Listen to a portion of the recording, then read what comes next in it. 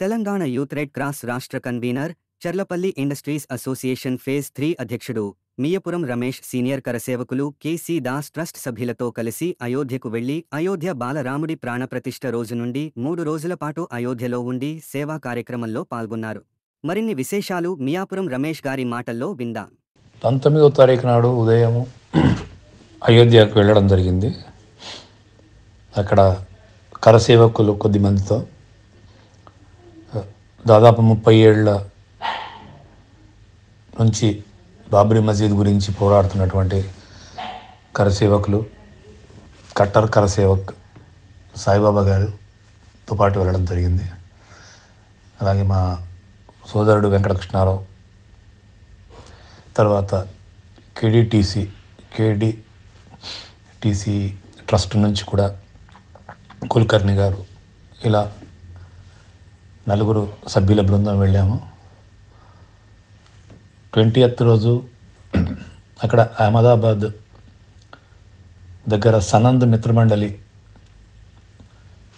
మాకు తెలిసిన ఒక సంస్థ, వారు దాదాపు 90,000 మంది రైతులు చందాలు వేసుకొని అన్నదాన కార్యక్రమం చేస్తున్నారు. రోజుకు 30,000 మందికి వాళ్ళు అన్నదానం చేశారు, పొద్దున సాయంత్రం. వారి ఆహ్వానం మేరకు ఒకసారి వారి అన్న వితరణ కేంద్రానికి సందర్శించి అక్కడ కాసేపు ఆ సేవలో పాల్గొన్నాము. సో అయోధ్య పట్టణంలో సేవలో పాల్గొనడం నిజంగా అదృష్టం.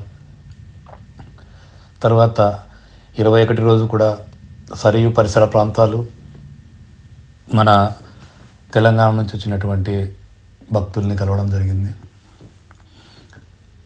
తర్వాత 22 నాడు మరచిపోలేని మహాద్భుతం జీవితంలో జన్మధన్యమైనట్టు.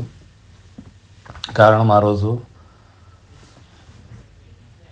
ప్రధానమంత్రి చేతుల మీదుగా ప్రతిష్ఠించబడినటువంటి బాలరాముని విగ్రహాన్ని సందర్శించుకోవడం. ఇది కేవలం అతి కొద్ది మందికి మాత్రమే దక్కిన అదృష్టంగా భావిస్తున్నాను. తర్వాత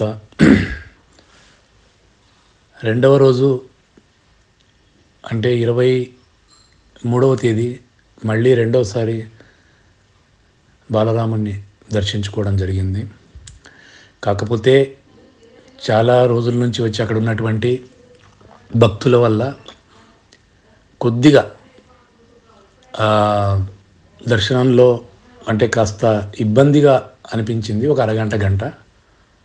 చాలామంది, కొన్ని లక్షలాది మంది ఉన్నారు కాబట్టి వాళ్ళని అందరినీ దర్శనాలు చేసి పంపించే ప్రయత్నంలో సో కొద్దిగా అలా జరిగింది. 2వ రోజు కూడా దర్శనం చేసుకున్నాము. తర్వాత అక్కడ ఉన్నటువంటి టెంపుల్ లోపలంతా అన్ని ప్రదేశాలు చూసి వాటిని ఫోటోలు తీసుకోవడం నిజంగా ధన్యమైనట్టే మా జీవితం. అయితే 3వ రోజు అంటే 24 మళ్ళీ ఉదయం దర్శనం చేసుకోవడం జరిగింది. ఈసారి దర్శనం చూస్తే వివిఐపీల కంటే అద్భుతంగా కేవలం సింగిల్ లైన్లో దర్శనానికి వదిలారు. సింగిల్ లైన్లో అంటే మనిషి తాకకుండా అంత ప్రశాంతంగా దర్శనం జరిగింది. అయితే 3వ రోజు నుంచి మొబైల్స్ మాత్రం అలో లేదు.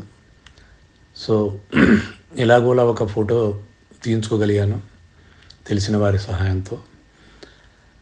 అయితే అక్కడికి వెళ్ళే భక్తులకి చెప్పేది ఒకటే, నిన్నటి నుంచి భక్తుల రాక కూడా అక్కడ ఎక్కువైంది.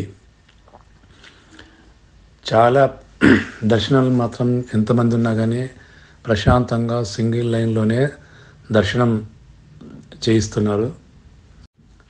తర్వాత వెళ్ళే వాళ్ళకి కొన్ని ముఖ్య సూచనలు. అక్కడ టెంపరేచర్ 6 డిగ్రీల దాకా పడిపోయింది కాబట్టి మీరు వెళ్ళినప్పుడు ఇన్నర్స్, లోపలివి వెచ్చగా ఉండే దుస్తులు, స్వెటర్లు, మంకీ క్యాప్లు ఇవన్నీ ధరించి వెళ్ళండి. అక్కడ మీకు భోజనాలకి ఎలాంటి ఇబ్బందులు ఉండవు. కొన్ని ధార్మిక సంస్థలు భోజనాలను ఏర్పాటు చేశాయి. అలాగే డైరెక్ట్గా ఫ్లైట్స్ కూడా, అంటే ఇక్కడ నుంచి అయోధ్యకు వయా బాంబే కానీ లేదంటే బెంగళూరు నుంచి కానీ వయా వెళ్తున్నాయి. ఉదయం 7 గంటలకు ఎక్కితే అక్కడ 2:30కు దిగిపోతారు. టెంపుల్ చుట్టుపక్కల పరిసరాల మఠాల్లో ఎక్కడన్నా కానీ మీరు బస చేయవచ్చు.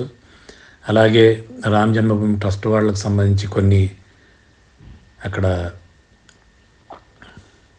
గెస్ట్ హౌస్ లాగా ఉన్నాయి, అంటే చౌల్ట్రీస్ ఉన్నాయి, వాటిలో కూడా బస చేయవచ్చు. అక్కడే మీకు ఫ్రీ భోజనం కూడా పెడతారు. బయట కూడా భోజనం దొరుకుతుంది, ఇబ్బంది లేదు. కాకపోతే చలి ఒకటే కొద్దిగా ఎక్కువగా ఉంటుంది. మొత్తానికి రాముల వారే మమ్మల్ని అక్కడ పిలిపించుకున్నారన్న భావన అయితే నాకు కలుగుతుంది. నిజంగానే ఇది ఒక చారిత్రాత్మక ఘట్టంలో పాలు పంచుకోవటం, ఆధ్యాత్మిక చారిత్రాత్మక ఘట్టంలో పాలు పంచుకోవటం నిజంగా పూర్వజన్మ సుకృతం. మరిన్ని ముఖ్యమైన వార్తల కొరకు మా S1 న్యూస్ ఛానల్ ని సబ్స్క్రైబ్ చేయండి, లైక్ చేయండి, షేర్ చేయండి.